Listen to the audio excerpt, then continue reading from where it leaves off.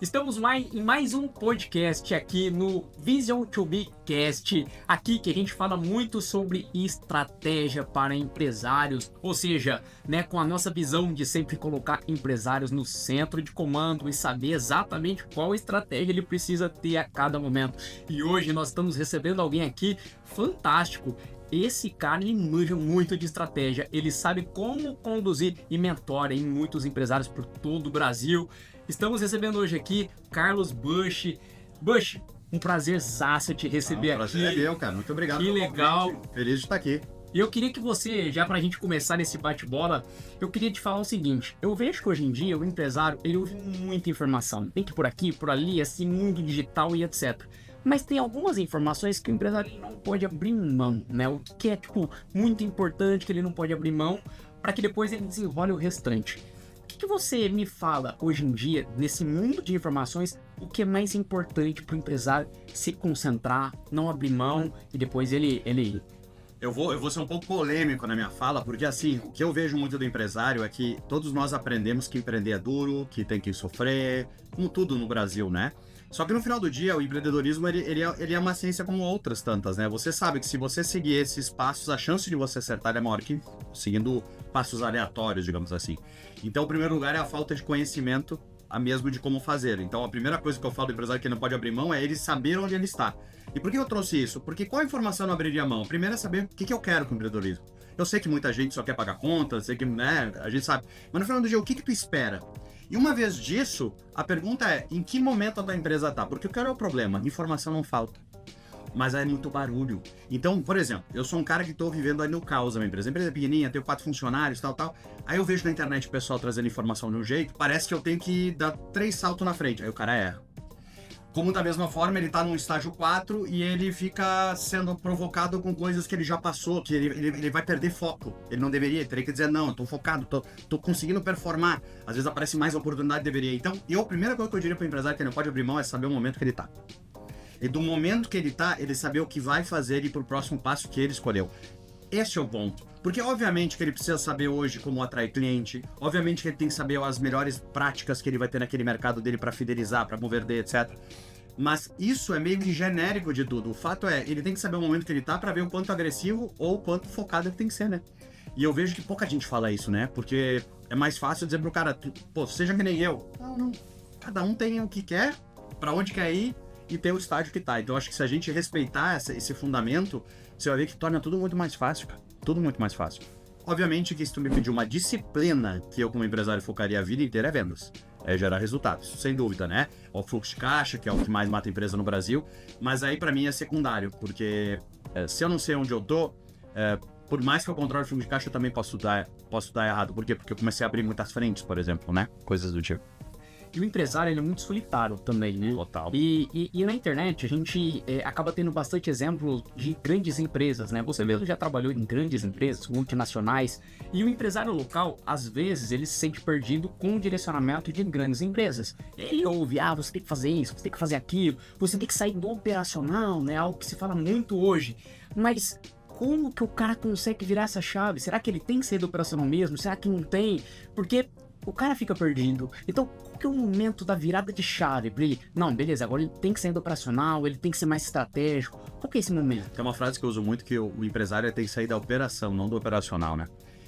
Tem um movimento nos Estados Unidos muito forte que chama Founder Mode, que o fundador da Airbnb, o Brian Chesky, ele meio que numa conversa com vários mentorados, grandes grandes startups, né? Possíveis grandes empresas, ele estava colocando o quanto a gente não pode perder o Founder Mode. E aí vem essa provocação de quando as coisas. Tu tem que ter microinteresse na tua empresa. E aí, obviamente, com microinteresse, tu vai entender aquilo que muda ponteiro, aquilo que não muda ponteiro. Eu acho que esse é o grande momento do empresário. Ele saber o que muda ponteiro e o que não muda. Vou te dar um exemplo. Eu participar de uma reunião para discutir a cor da parede, não vai mudar ponteiro. Então, o empresário, nesse caso, ele tem que entender, aqui eu tô perdendo uma energia que não vai ajudar a fazer o que a empresa precisa. Em contrapartida, talvez a água que eu coloco aqui influencia, porque o meu cliente vai tomar e se a água não é boa. Então, eu acho que falta um pouco o fundamento que eu falo. O teu objetivo é qual? É fazer minha empresa crescer para aquele lugar, que estágio tá esse, para onde tu quer ir, esse, precisa fazer isso. Agora, a pergunta que fica é, e aí? Né? E aí, tu vai... Qual é o caminho que tu vai? Porque a gente também gosta de se esconder atrás do trabalho. Quanto empresário poderia delegar e não delega? Porque ele quer também. É bom tu sofrer. Eu fui criado numa família que me forjou ser vítima, né? Então até 21, 22 anos eu achava o máximo o quanto eu sofria. Porque eu dizia, eu sou merecedor. Eu lembro que eu acordava 3h30 da manhã para pegar o voo para São Paulo, sair de Porto Alegre, e eu chegava no meu trabalho tipo 8 da manhã, parecia que já era 6 da tarde, sabe? Eu chego capado. E eu chegava pra reunião e tinha umas colegas, meus pares, tudo de cabelo lavadinho, vieram tipo em 15 minutos pro trabalho. Eu dizia assim, nossa, não é justo esse mundo, eu vou estar certo. Porque olha, coitadinho. Não, eu era burro, na verdade. Porque eu escolhi as piores decisões. Então o empresário ele precisa escolher as decisões que importam, né? É uma coisa que eu acredito. Me fala o seguinte, com essa visão de grandes empresas, né, empresas muito sólidas, qual o insight que você pode trazer de uma grande empresa, de uma grande corporação, para uma empresa pequena? O que dá para ter alguma conexão entre as duas, que o empresário possa seguir um caminho e buscar crescimento?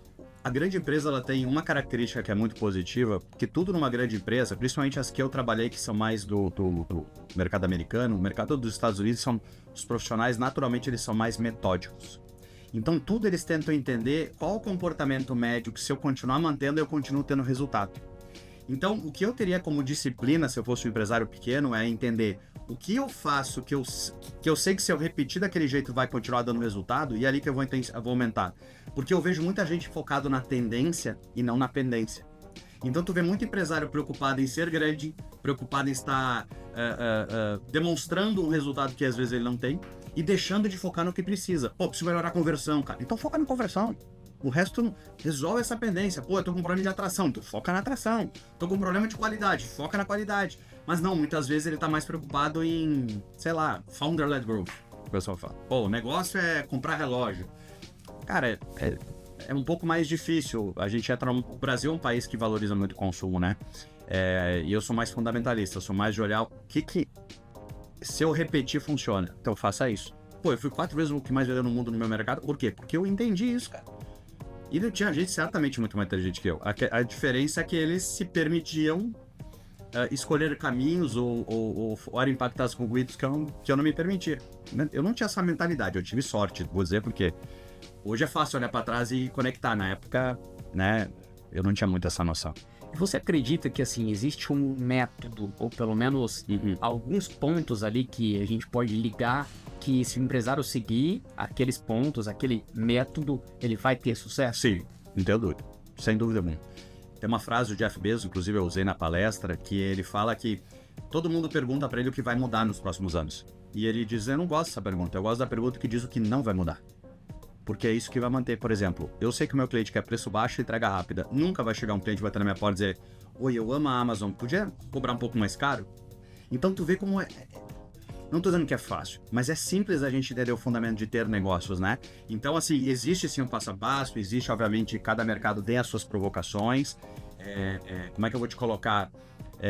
Eu só não gosto muito de eu verbalizar elas, porque parece que simplesmente repetir 5 passos vai dar certo. Não é bem assim. Mas existe um framework para fazer. Só que eu preciso entender exatamente o momento que a empresa tá para ver qual é a etapa que eu deveria focar. Porque tu concorda comigo que a gente pode ter o mesmo sintoma, mas a causa pode ser diferente. Então, muitas vezes, a gente não pode dar um remédio pelo sintoma, assim, pela causa. Então, pro empresário também eu cuido muito para não dar exemplos, porque a causa pode ser o ego dele, a causa pode ser ele estar com pessoas ruins, a causa pode ser que ele escolheu o mercado errado. Vou te dar um exemplo para ficar mais claro para o pessoal entender. Esses dias eu estava conversando com um empresário muito grande do setor de hortifruti. Pô, o cara vende mais de 1 bilhão para hortifruti, cara. Pô, um negócio grande. E aí ele chegou pra mim dizendo que ele tava cansado de trabalhar no mercado que não reconhece margem, ele quer gerar valor, a face dele é orgânica, que não sei o que, não sei o que. Aí eu perguntei, mas quem é teu cliente? Ele falou, meu cliente são cozinhas industriais.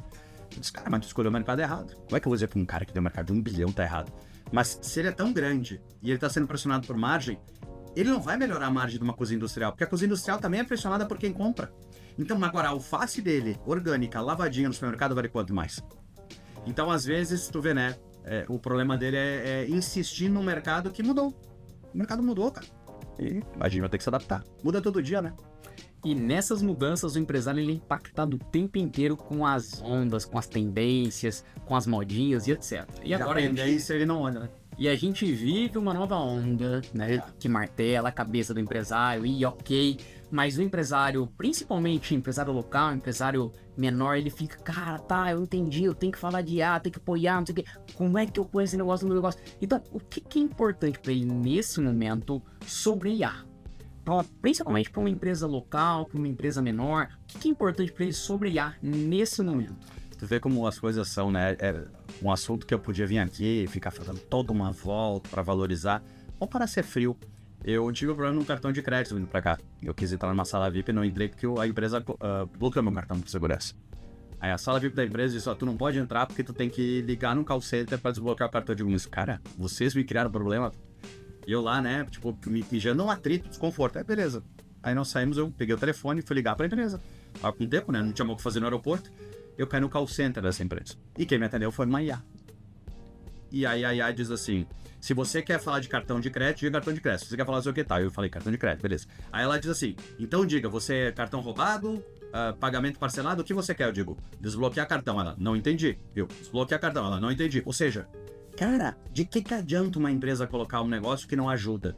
Esse é o erro do empresário. É quando ele olha a IA para fazer alguma coisa que não melhora o negócio. Isso talvez reduza um custo ou atinja a meta de alguém. Agora, o que muda o jogo dele? Imagina que ele tem operação de ligação para cliente, ele vende por telefone.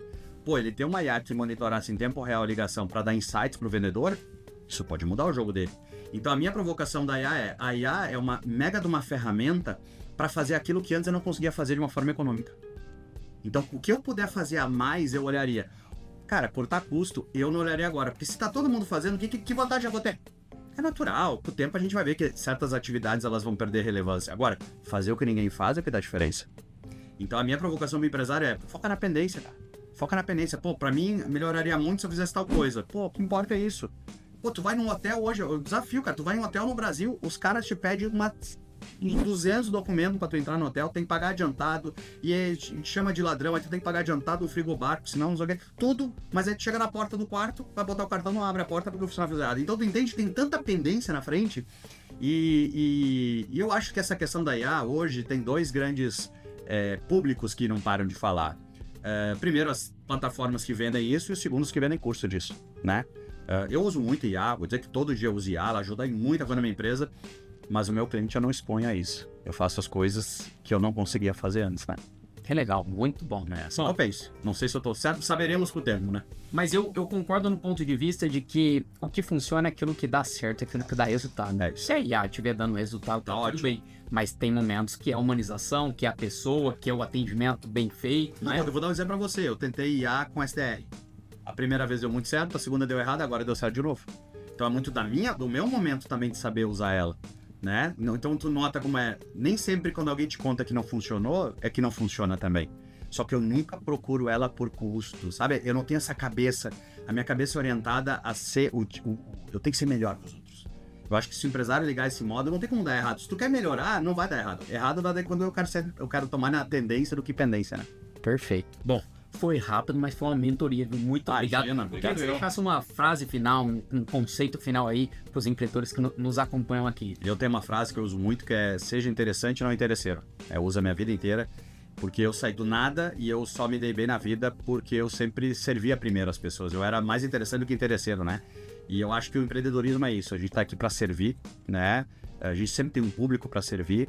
E se todo empresário se colocar na visão de servir, não tem muito como dar errado. Porque ele busca o tempo de ser interessante.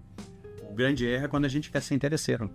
E aí, a gente é bobo, mas é bobo faz tempo já, né? As pessoas notam. Então, minha mensagem é essa aí. Obrigado. Muito obrigado. Para quem não segue ainda, Carlos Bush. E aqui no canal, continue curtindo os vídeos aqui. Clique aí no sininho, sinalize para você receber mais vídeos como esse. Curta, se inscreva e continue nos acompanhando para que você tenha o controle total da sua estratégia. Bush, obrigado a todos.